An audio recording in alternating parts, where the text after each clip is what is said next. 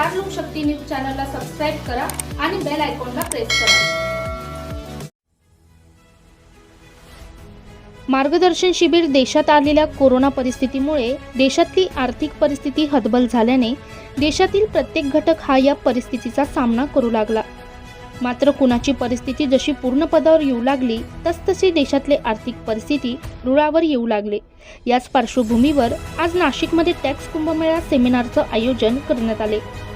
यामध्ये प्रामुख्याने जीएसटी संदर्भात कायद्यांमध्ये झालेले बदल या विषयावर नाशिकमध्ये 2 दिवसीय राज्यस्तरीय मार्गदर्शन सेमिनार आयोजन करण्यात आले आहे। मी महेश माडकोलकर GSTPMचा सेक्रेटरी। आता ही दोन्ही जे सेशन्स झाली वक्ते जे बोलले त्यांनी ट्रान्सपरन्सी या विषयावर बोलले आणि प्रॅक्टिशनर्सचं महत्त्व किती आहे ते महत्त्व एवढं अधोरेखित केलेलं आहे की ह्यांनी नीट लक्ष देऊन सगळ्यांना गाईड केलं व्यापाऱ्यांना, तर ते व्यापाऱ्यांकडून जे कंप्लायन्स अपेक्षित आहे बिकॉज ऑफ ट्रान्सपरन्सी ते खूप महत्त्वाचं आहे। आता आपण एक ट्रेंड आता झालेलं आहे की आता यापुढे CNची गरज लागणार नाही, हे जे आपण वारंवार ऐकतोय तसं नाही आहे। ते आत्ता ह्या दोघांचं लेक्चर ऐकल्यानंतर असं लक्षात येतं की CNची गरज लागणारच आहे आणि ते महत्त्वाचं आहे पुढच्यासाठी। टॅक्स प्रॅक्टिशनर्स आणि ह्यांची आवश्यकता त्यांचा गायडन्स आहे, कारण त्यांनी जे नॉलेज जे आहे अपडेशन हे 2018पासून जे फास्ट चाललेलं आहे तर ते फास्ट तेवढं ॲब्सॉर्ब करून लोकांपर्यंत पोहोचवणं हे सगळ्यात महत्त्वाचं आहे आणि ते आता हे प्रॅक्टिशनर्स आणि चार्टर्ड अकाउंटंट्स करतात। आणि ह्या माध्यमातून आज जे सेमिनार झालं ते मला त्याची खात्री आहे की जेवढे 200-250 जेवढे ज्यांनी ऐकलेलं आहे ते सगळं घेऊन ते सगळं व्यापाऱ्यांपर्यंत पोहोचवणार आहे आणि त्यांना सगळ्यांना फायदा होणार आहे। तर नाशिकचे ऑर्गनाईज NRC केलेलं आहे विथ GSTPM आणि 4 असोसिएशन म्हणून एकत्रपणे केलेलं आहे आणि हे ज्ञानार्जनाचं काम 2 वर्ष थांबलेलं 1 to 1 फेस टू फेस पहिल्यांदा मला वाटतं एवढ्या मोठ्या प्रमाणात झालेलं आहे। त्याबद्दल नाशिक असोसिएशनचं अत्यंत आभार with GSTPM। Thank you very much. आजचा जो कार्यक्रम टॅक्स महाकुंभ जो ऑर्गनाईज केलेला आहे तो अतिशय सुंदररित्या ऑर्गनाईज केलेला आहे। सर्व विषय अत्यंत महत्त्वाचे होते, सर्व वक्ते अतिशय चांगले, त्यातले नॉलेजेस वक्ते सर्व होते आणि यांचं संयोजनसुद्धा अतिशय चांगलं त्यांनी केलेलं आहे। थँक्यू। अशा पद्धतीचं जे सेमिनार आहे ते बनवण्यात आलेलं आहे, भविष्यात याचा किती फायदा होऊ शकतो? आता जर पुढचं जे भविष्य आहे इन्कम टॅक्स किंवा GSTचं हे एवढं कॉम्प्लेक्स झालेलं आहे की ह्या सेमिनारचा ह्या प्रकारच्या चर्चासत्राचा आता खूप गरज आहे आणि अशा सेमिनार चर्चासत्राशिवाय पुढचे प्रॅक्टिस करणं अतिशय अवघड आहे, त्यामुळे याची खूप गरज आहे। तुमचं नाव? मी संजीव मुथा। केंद्र शासनाच्या वतीने कर प्रणालीतील केलेला बदल हा सर्वसामान्य नागरिकांपर्यंत व करदात्यांना समजावे व त्यांच्यापर्यंत पोहोचावे या हेतूने या कार्यक्रमाचं आयोजन करण्यात आलं। या कार्यक्रमाच्या माध्यमातून कर प्रणाली विषयी कायदे व त्यांचे फायदे आणि तोटे या विषयावर अनेक मान्यवरांनी आपले मत मांडले। महत्त्वाचं काय की आता आपल्याला जुन्या ज्या आपण पद्धती रूढी म्हणत होतो, जसं आपण म्हणतो आपल्या डेली कस्टम्समध्ये जुन्या रूढी तोडायला पाहिजे, तसंच टॅक्सेशनच्या बाबतीत पण आपल्या जुन्या सवयी रूढी आपल्याला आता बंद करायला पाहिजे। आता गव्हर्मेंट जे IT बेस सगळं काम करतो आहे त्या IT बेस कामामुळे त्यांच्याकडे आपल्याला माहीत नसलेली खूपशी माहिती अवेलेबल आहे, ज्याच्यामुळे आता येणाऱ्या फ्युचरमध्ये आपण त्यांच्याकडनं लपवणं शक्य नसणार आहे। तर आता आपल्याला आपल्या जुन्या पद्धती बदलून नवीन पद्धतीने जेवढं शक्य होईल तेवढं सगळं मांडून सगळं टॅक्स भरायला पाहिजे। तुमचं नाव? CA विशाल पोद्दार।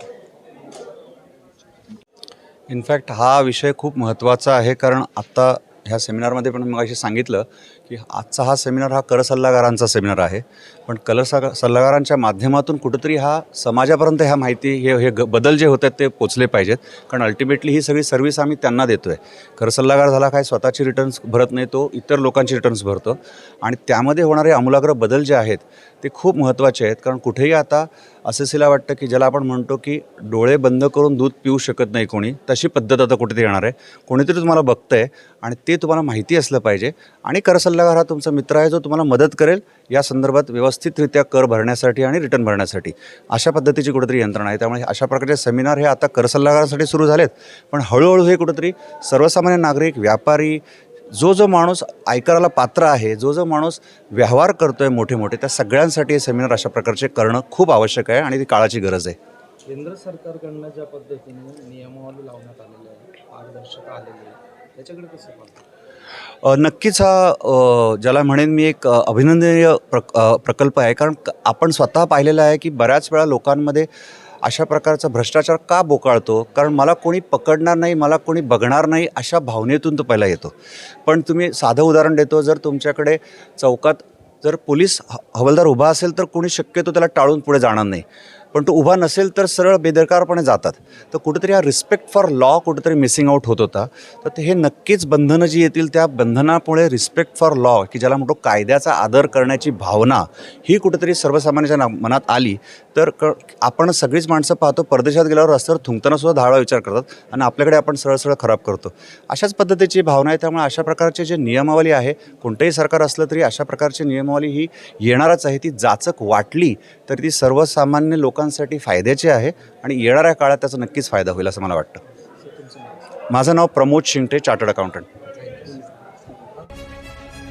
या कार्यक्रमास केंद्रीय GST commissioner Avinash Thete, upper राज्यकर आयुक्त Subhash Yangde, STD consultant private लिमिटेडचे Sanjay Deore, goods and service tax practitioners association of महाराष्ट्रचे Alok Mehta, north Maharashtra tax practitioners असोसिएशनचे Anil Chavan, tax practitioners association नाशिकचे सी अध्यक्ष NB More, Maharashtra tax practitioners असोसिएशनचे मनोज तितलीकर, महाराष्ट्र टॅक्स प्रॅक्टिशनर्स असोसिएशनचे संस्थापक अध्यक्ष प्रकाश चंद सुराणा, प्रकाश विस्पुते, कॉन्व्हेयर पंकज पारक, अमोल माने, मीडिया जनसंपर्क योगेश कातकाडे, नितीन डोंगरे इत्यादी उपस्थित होते. संदीप लामखेडेसह प्रतीक्षा वसावे, स्टार लोकशक्ती न्यूज, नाशिक.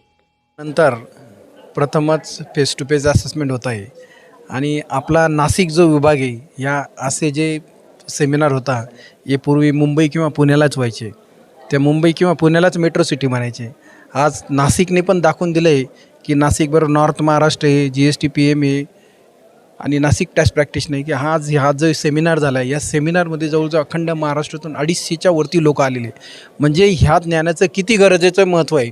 त्याच्यामुळे आज हा जो सेमिनार आयोजित केला आहे, north Maharashtra tax practitioner association, आमची GSTPM टॅक्स प्रॅक्टिशनर असोसिएशन, पुण्याची महाराष्ट्र टॅक्स प्रॅक्टिशनर असोसिएशन आणि नाशिकची नाशिक टॅक्स प्रॅक्टिशनर असोसिएशन यांच्या संयुक्त विद्यमाने आम्ही हा जो प्रोग्राम आयोजित केलेला आहे, मागील 1.5 ते 2 महिन्यापासून जो प्रोग्राम आयोजित केलेला आहे, त्याला खरोखरच सक्सेस मिळालं आणि लोकांना नॉलेजसाठी किती महत्त्वाचं आहे हे आजच्या सेमिनारतून सत्य झालं. मी अनिल चव्हाण हे जे नॉर्थ नाशिक टॅक्स प्रॅक्टिशनर किंवा हे नॅशनल आपले NRRC याचा मी चेअरमन आहे 2022चा. तर मी ज्या लोकांना बोलवलं त्यांनी सर्वांनी विश्वास ठेवला आणि आमच्या नाशिकला आले, त्याबद्दल मी सर्वांचे आभार मानतो. धन्यवाद.